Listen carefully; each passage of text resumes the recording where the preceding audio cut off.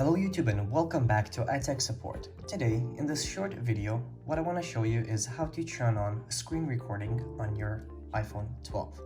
Now, here, if you pull down, and if you haven't activated it yet, you will not have the screen recording button. So, here's how we get it on there.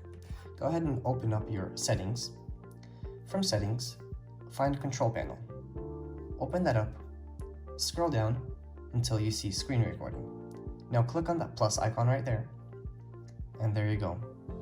It's now going to be here from the pull down menu. So let's go ahead and give it a shot. Make sure that you wait the 3 seconds before you close this tab up here. And now, as you can see here at the corner, that your iPhone is screen recording. So, and then how you stop it, you pull back down here, click it once, and here's our video that we just created.